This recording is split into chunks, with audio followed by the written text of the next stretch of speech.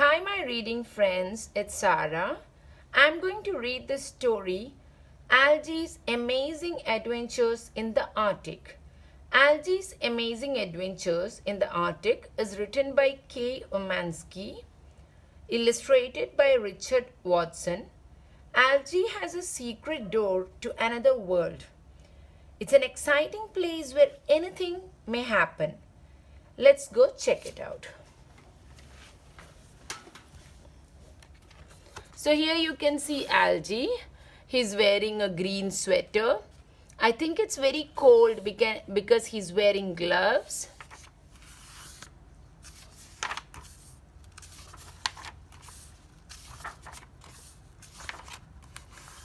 This is Algy, short for Algernon. He is named after his granddad and wishes he wasn't. This is Cherry Smelly. She lives next door. She is Algy's best friend and she loves adventures, which is just as well because Algy has discovered something amazing. At the bottom of his garden is a shed. In that shed is a loose plank, and behind that plank is another world. So let's go there and see what is that other world behind the garden shed. Algy wasn't in a good mood. At breakfast, Mum had told him that Auntie Sue was coming to visit with Dawn. Dawn was Algy's cousin. Algy didn't like small children. They had runny noses. They were bad at sharing. They had temper tantrums and broke people's toys. Well, Dawn did. He hurried into the garden to meet Cherry. Maybe an adventure would cheer him up.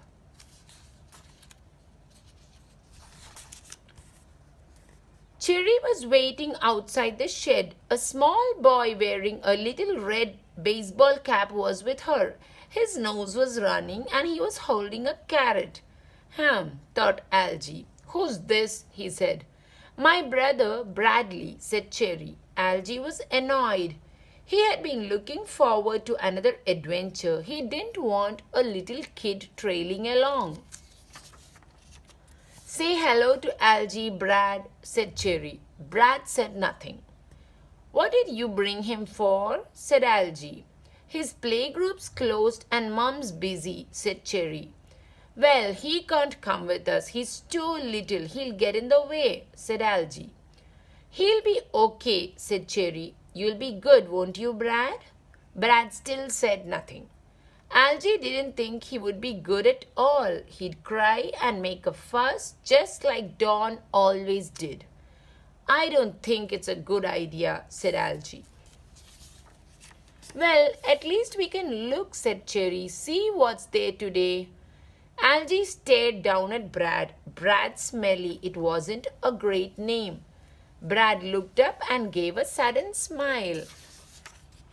Algy didn't smile back. He just snapped, Come on then, and walked into the shed. Brad followed behind. The three of them stood before the loose plank. Go on, said Cherry. Algy's heart was beating fast. What would be there this time? He reached out and pushed. The plank fell outwards and through the gap they saw snow, gasped Cherry. It's snowing. Thought Algy. Soft white flakes were falling in a wintry landscape of fir trees. The ground was a thick carpet without a single footprint. Before Cherry or Algy could stop him, Brad squeezed through the gap and out into the snow.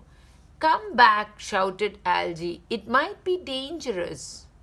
Typical, he thought. Little kids just do what they like. Oh, let him, said Cherry. He loves snow. Brad was laughing and bouncing around, kicking up snow. Wee, he shouted, wee. Stay there, we're coming, shouted Cherry. Come on, Algy, let's make a snowman. Algy thought about this. It didn't look like there was anything to worry about. But what if there were wolves or bears? He had once seen a television program about huge hairy man-beasts who roamed the Arctic. Yetis, they were called, although nobody had ever seen one. Still, building a snowman sounded like fun. They wouldn't go far. They could stay right by the shed in case of emergencies. A rusty spade was propped against the shed wall. He grabbed it and squeezed through the gap. Building the snowman kept Algy warm. He was enjoying himself. Cherry patted the snow in place. Brad ran around singing loudly. "If you're happy and you know it, clap your hands," sang Brad. He was being really good compared to Don, Algy thought. So far, anyway. "Now we need a hat," said Cherry. She took off Brad's cap and placed it on the snowman's head. Brad giggled. Algy reached into his pocket. There were 2 conkers in there. He pressed them into the snowman's face. "Eyes, funny," shouted Brad. He really was much easier to please than Don. "Where's your carrot, Brad?" asked Cherry. "We need it." Algy found the carrot lying in the snow. "Here," he said, passing it to Brad. "His nose. You put it on." Brad carefully set the carrot in place. The 3 of them stood back to admire their work. "Good," said Brad proudly. "Now what?" said Cherry. "Shall we go exploring?" Algy stared into the silent pine trees. For some reason, they made him nervous. "I don't think we should," said Algy. "Oh, come on," said Cherry. "I'm freezing," said Algy. "My feet are like blocks of ice." "Let's pop back and get coats," said Cherry. "Mum will kill me if Brad catches a cold."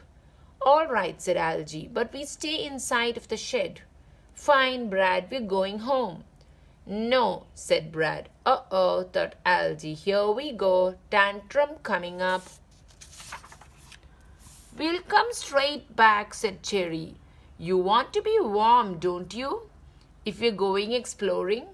"No," said Brad. He wrapped his arms around the snowman. "Well, you can't stay here," said Cherry. "Can he, Algy?" Algy looked at Brad. It was a good snowman and Brad didn't want to be parted from him. Understandable, really. "I suppose he could wait in the shed," said Algy. Brad looked uncertain. "I've got sweets at home," said Algy. "I'll bring you some." "Okay," said Brad. He crunched over and took Algy's hand. "Wow," said Cherry. "He likes you." "Like sweets, you mean?" said Algy, but he felt pleased. 5 minutes later, Cherry and Brad were back at the shed wearing their winter coats. "I've brought Brad's jacket," Cherry said, "and mittens." "I've got the sweets," said Algy. They hurried inside. The shed was empty. Cold air blew through the gap. There was no sign of Brad. "Oh, has Brad run away?" "Where is he?" asked Algy crossly. "We told him to stay here." Why couldn't little kids ever do what they were told? Well, Brad wasn't getting any sweets now, that was for sure. "Hiding probably," said Cherry. "He does that." They squeezed through the gap into the cold, white, silent world beyond. It had stopped snowing. All was still, apart from the odd, soft plop as snow slipped off branches.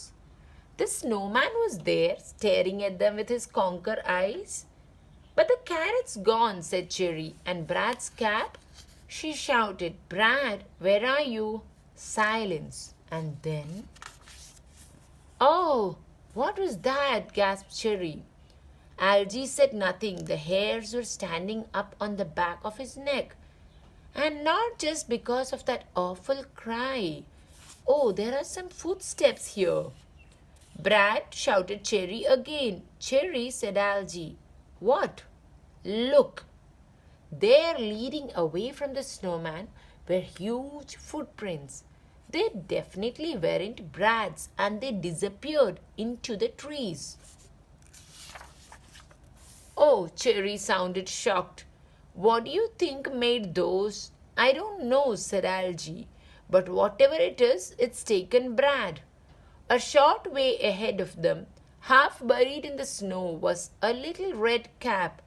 Cherry picked up the cap without a word. She looked upset. It wasn't every day you lost a little brother, Algy supposed. Cherry was his friend and he had to help her. He grabbed the spade which was lying next to the snowman. It wasn't a great weapon, but it was better than nothing. Right, Algy said, let's go and find him. They trudged towards the trees, following the giant footprints. When Algy looked back, he saw that the shed was already out of sight. It was dark in the pine forest. Algy wished he hadn't seen that television program now. The one about Yetis, the one that didn't exist. So you can see some shadows in the trees.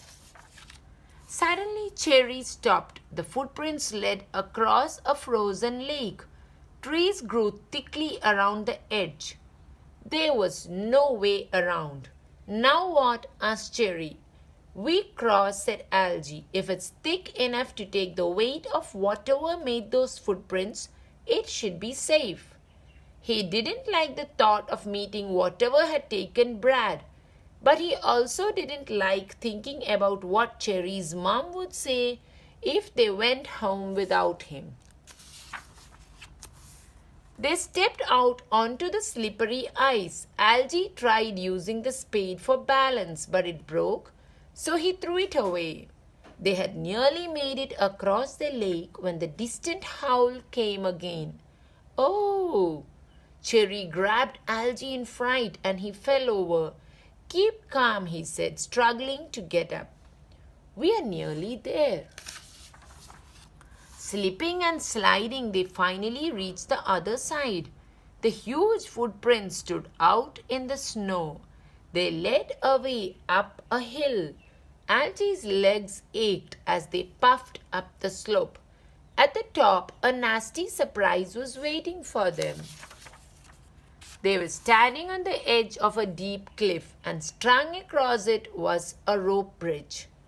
The side ropes of the bridge looked frayed, and the wooden slats were slippery with snow. In a few places, they were missing altogether. It was so scary. Cherry stepped forward. Algy grabbed her arm. Wait, it's snowing again. Your glasses will get all snowed up. Just hold the ropes and follow me. Algy could hardly believe he had said that. He hated heights. He seemed to become a different person when he was on an adventure. The bridge wobbled as he stepped onto it. Slowly, carefully, they began to cross. The ropes creaked and the snow blew in their faces. They had almost reached the middle when Algy stopped. What? Said Cherry. What? Listen, said Algy. Can't you hear it? If you're happy and you know it, clap your hands. It's him, shouted Cherry. It's Brad. Hurry. All right, take it easy, said Algy. Brad sounded okay. But what had happened to the honor of those giant footprints? Stay where you are, Brad. We're coming. Brad, where are you? Said Cherry as they reached the far side. There, said Algy, pointing. Brad was sitting on a tree stump, swinging his legs and waving. Brad, Cherry ran and threw her arms around him. What happened? Are you all right? Yes, said Brad. The furry man eated my coward. Gone now. He pointed to the giant footsteps which led away into distant trees. Algy and Cherry looked at each other. What furry man? Asked Algy. Funny furry man, said Brad. Give me a bite. Where the sweeties? Here, said Algy. He took the sweets out of his pocket and handed them to Brad. All for you. Brad shook his head. No, he said, for hungry furry man. Nicer than coward. He placed the sweets in a pile on the stump. Are we going home now? We are, said Cherry. Hold out your arms, I'll put your coat on. So we can see the furry, funny man is looking at Brad putting the sweets on the tree stump, and he's going to come and have them. He's given a ride for Brad, which means he's a very good, funny, furry monster. Right then the sun came out from behind the clouds and the world sparkled. Come on, Brad, said Algy. I'll give you a piggyback. Chapter 7. That night, Algy lay in bed thinking about the adventure. Getting home had been easy. Going over the rope bridge again had been no problem, even with Brad on his back. The frozen pond had been fun. Cherry had slipped over this time, bringing them all down with her. They laughed and laughed. In the end, Auntie Sue hadn't made it after all. Algy wasn't sorry. He was glad to give Dawn a miss. Not all little kids were a pain though. Brad was okay, fun to have around actually. He wouldn't mind him coming on another adventure. Algy looked again at the picture Brad had drawn for him. See, it's a lovely picture for Algy.